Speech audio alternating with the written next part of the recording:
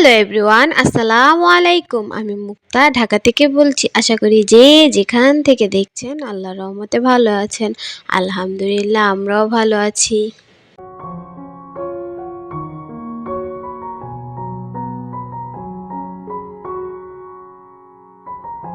চলে যাচ্ছি মাওয়া পদ্মা সেতুর ওই দিকে আমরা দেখতে যাব। আমার যা আর দেবর কখনো দেখিনি, ওদের দেখাতে আর কি।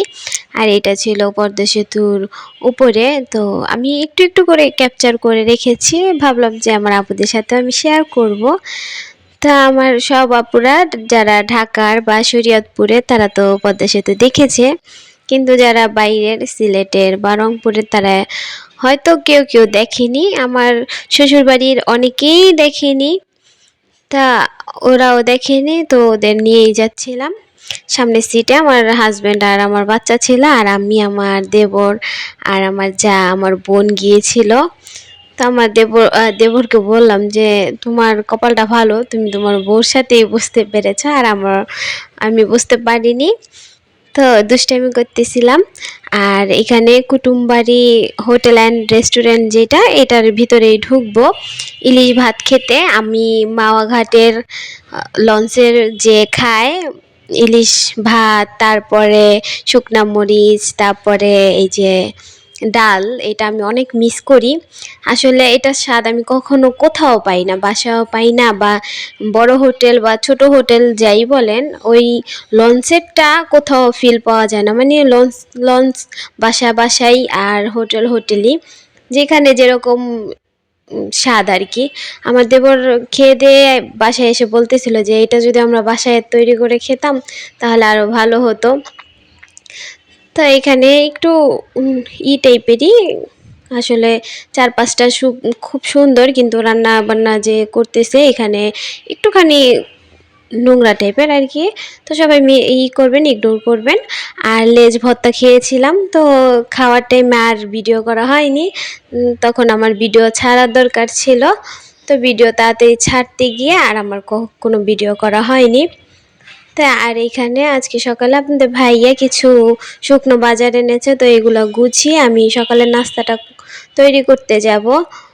তো মূলত এটা এনেছিল রাত্রেবেলা, আর আমি এখন সকালবেলা করে নিচ্ছি। রাত্রে আনলে রাত্রে আর ইচ্ছে করে না কোনো কাজ করতে। আর আমার এই চা পাতার সাথে আমি এই কাপটা পেয়েছি, চা কাপটা পেয়ে এতটা খুশি হয়েছি। আপনাদের ভাইয়াকে বললাম যে তুমি একটা এনেছো কেন, 6টা আনতা। যদি 6টা আনতা তাহলে তো আমি 6টা কাপ পেতাম। বলে তুমি তো একটা পাগল, এতগুলো চা পাতা তো তোমার 2 মাসেও শেষ হবে না, আর সেখানে এতগুলো চা পাতা এনে কী করবো। আমি বলি না, খেলাম, আমার কাপ তো হলো। বলে হ্যাঁ, তুমি তো অনেক চালাক মানুষ। পরে আমি বললাম না, সত্যি কাপটা এত সুন্দর ছিল। তা আমি বললাম যে যে দোকান থেকে এনেছো তাদের বলবা যে আমার জন্য কয়েকটা চা পাতা রেখে দিতে, যেন আমি পরবর্তীতে আনতে পারি। তো যে দোকান থেকে আনি সেই দোকান আমাদের চেনা জানা, তো এই আঙ্কেলকে বলে দিছি আমি যে আমার জন্য রেখে দিও, আমি পরবর্তীতে ওই নিব। পরে বলে হ্যাঁ, তুমি নিতে নিতে আর আমার এতদিন থাকবে, সব বেচা হয়ে যাবে।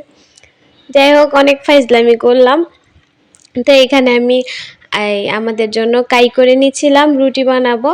আমার তো সকালের নাস্তা মানে রুটি, আর আমার দেবর আর আমার হাজব্যান্ড ওরা রুটিটাই পছন্দ করে। ওরা এইভাবে গ্রামে আর কি ভাত খায়, কিন্তু এখানে আর কি একটু রুটিটাই পছন্দ করে, ভাতটা তেমন পছন্দ করতেছে না। তো সবার জন্যই করে নিচ্ছি। আর আজকে কি হয়েছে যে এখানে কাই করতে গিয়ে আমার পানিটা কম হয়েছে, আটাটা বেশি হয়ে গেছে, যেহেতু প্যাকেট থেকে বের করেছি তাই। তো মাঝে মধ্যে কিন্তু আমাদের ভুল ত্রুটি হয়ই। আর সবসময় গোল রুটি বানাই এটাও না, তেরা বেঁকা মানচিত্র, একটা ইন্ডিয়ার বর্ডারে একটা বাংলাদেশের বর্ডারে এরকমও হয়। তো এখানে আমি কিছুটা পানি দিয়ে পরে মিক্স করে নিয়েছিলাম।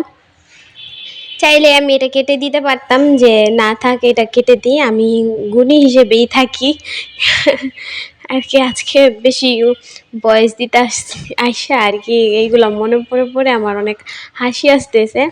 তো যাই হোক, আমার এইগুলা আটাগুলা ঢেলে নিচ্ছি, আর তেলও শেষ, তেলের যারও তেল ঢেলে নিব। তাও আমার প্রতিদিনের মতো সেই পুরনো কথা বলে নিচ্ছি। আমার ভিডিওর কোনো জায়গায় কোনো অংশে আপনাদের যদি একটুও ভালো লাগে প্লিজ একটা লাইক করে দিবেন। আর যারা আমার চ্যানেলে নতুন তারা আমার পাশে থাকতে প্লিজ একটা সাবস্ক্রাইব করে দিবেন। যারা আমাকে ভালোবাসা দিয়ে যাচ্ছেন তাদেরকে অসংখ্য ধন্যবাদ। তো এখানে আমি আটা উটো সব ঢেলে নিচ্ছি, কম বেশি একটু একটু করে ভিডিও করা হয়েছে। আর আমি তো রান্নাবান্না এখন করতেছি না, রান্নাবান্না আমার পুরোটাই ছুটি। তো রান্নাবান্না না করলে না, নিজের কাজ নিজে না করলে না, কেউ যদি করে দেয় না বেশি আলসেমি লাগে। সবার ক্ষেত্রে জানি না, কিন্তু আমার ক্ষেত্রে এটাই হয়। সকালের নাস্তাটা কিন্তু আমি বানাই, আমার যা আমাকে হেল্প করে, কিন্তু দুপুরেরটা পুরোপুরি ওই করে। যেমন কাটাকুটা, আজকে লতি রান্না করেছিলাম, তো লতিগুলো কেটেছে তারপরে রান্না করেছে। আসলে কি আমার করতে দেয় না ওর ইয়ে, আমার হাজব্যান্ড, ওর ভাসুর আর কি, উনি বলেছে যে তুমি করিও, আমি তোমার রান্নাটা অনেক পছন্দ করি। আসলে কি গ্রামের রান্না করে তো, আর আমার হাজব্যান্ড তো ওইটা খেয়েই বড় হয়েছে, তো উনি অনেক পছন্দ করে, তাই আর কি ওই রান্না করে। তো কষ্ট হলেও কিন্তু রান্না করে, কখনো বলেন আমার কষ্ট হচ্ছে। মাঝে মধ্যে আমি চেষ্টা করি যে ওর সাথে হেল্প করে দিতে, অনেকটাই চেষ্টা করি, আবার মাঝে মধ্যে করাও হয় না, নিজে নিজেই করে ফেলে, আমাকে করতেও দেয় না, নিজে থেকেই অনেকটা পাকনামি করে, মানে বেশিরভাগই পাকনামি করে যে না আমি করব আমি করব। কি হয়েছে, আমি বাড়িতে করি না, আমি তোমারে করে খাওয়ালাম, কি হয়। অনেক আদর করে আমার ছোট যা বড় যা সবাই আমাকে অনেক আদর করে। আমার একটা এই দিকে আমার কপালটা অনেক ভালো, আমার সবাই আমাকে আদর করে। তো যাই হোক, অনেক কিছু বলে নিছি।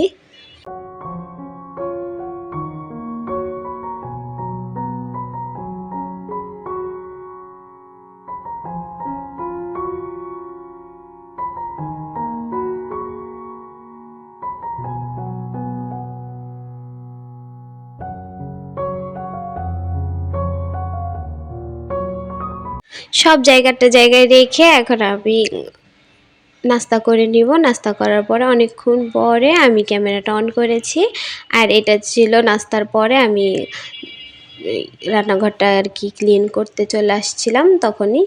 আর আমার বয়সের পাশাপাশি নয়েজ আসতে পারে, এর জন্য আমি আন্তরিকভাবে দুঃখিত। আর আমার কথাবার্তায় হাসিতে যদি কোনো কিছু ভুল হয়, আর আমার হাসিটা যদি কারো খারাপ লাগে, প্লিজ ইগনোর করে যাবেন।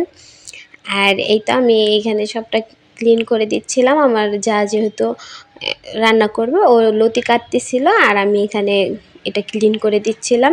ক্লিনের ব্যাপারটা আমি করি, ওকে করতে দেই না, যেহেতু ও একটু অসুস্থ মানুষ। আর এক তো বাচ্চাটা অনেক জ্বালাচ্ছে, যেহেতু গ্রামে থাকেও, চারপাশে সব খোলামেলা থাকে আর অনেক মানুষ থাকে, আর এখানে তো একা একা ঘরবন্দি, ওর খারাপ লাগে, ভালো লাগে না। আমি যে ওকে বাইরে নিয়ে যাব, ও আমার সাথে যাবেও না, আর ওর আম্মু তো অসুস্থ, তাই আর কি যাওয়া হয় না। তো এটা ক্লিন করার পরই আমি আমার যা যে রান্না করেছে ওইগুলা একটু একটু করে ভিডিও করে রেখেছিলাম আমার আপুদের সাথে শেয়ার করার জন্য, যে সিলেটে কীভাবে রান্না বান্না করে। একদিন পুরোপুরিভাবে শেয়ার করব, ও থাকতে থাকতে ও যেতে চেয়েছিল, আমি যেতে দেইনি। আমার এক দেবর আজকে চলে গিয়েছে, ওর সাথে যেতে চেয়েছিল, কিন্তু আমি যেতে দেইনি। বলেছি তুমি আর আসতে পারবা না, কারণ এখন এক বাবু নিয়েই অনেক হিমশিম খেয়ে যাচ্ছে, আর কয়েকদিন পরে আরেক বাবু নিয়ে তো আরও পারবে না। তাই বলেছি যে বেশি দিনই বেড়ায় যাও, যেও না এখন। তো আমার কথাই ও রেখেছে। আর ছেলেটারও জ্বর এসেছে, আমার ছেলেটারও জ্বর, ওর ছেলেটারও জ্বর, অনেকটা জ্বর আর ঠান্ডা লেগেছে। এর জন্য ওর মনটা, আমার মনটা একটু খারাপই থাকে সারাদিন, তেমনভাবে কথা হয় না। সন্ধ্যার দিকে একটু আড্ডা দিই। আমার ভালোবাসার আপুরা সবাই আমার বাচ্চার জন্য, আমার ছোট বাচ্চা বড় বাচ্চা দুইটার জন্যই দোয়া করবেন। আর জীবনের প্রথম দারাজ থেকে আমি একটা ঠক খেয়েছি, এটা 230 টাকা নিয়েছে। এই খুচ্চুনটা আমি ভেবেছিলাম বড় হবে, কিন্তু অনেক ছোট অনেক ছোট।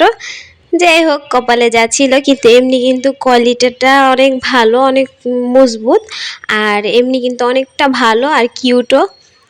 তো জানাবেন আমার খুচ্চুনটা কেমন হয়েছে, যেহেতু একটু ঠক খেয়েছি, পুরোটাই লস না, একটু একটু লস আর কি।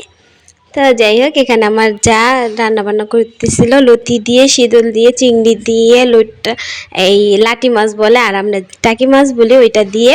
আর এটা শীতল ছিল। আর এই তো রান্নাবান্না করতেছিলাম আমার যা, আর আমি একটু একটু করে ভিডিও করতেছিলাম। আর এখানে আমি অনেকটা মলা মাছ কেটে দিচ্ছিলাম, মলা মাছ লীলা করবে। তো যাই হোক, সবাই সুস্থ থাকবেন, ভালো থাকবেন। আজ এই পর্যন্ত, আল্লাহ হাফেজ, আসসালামু আলাইকুম।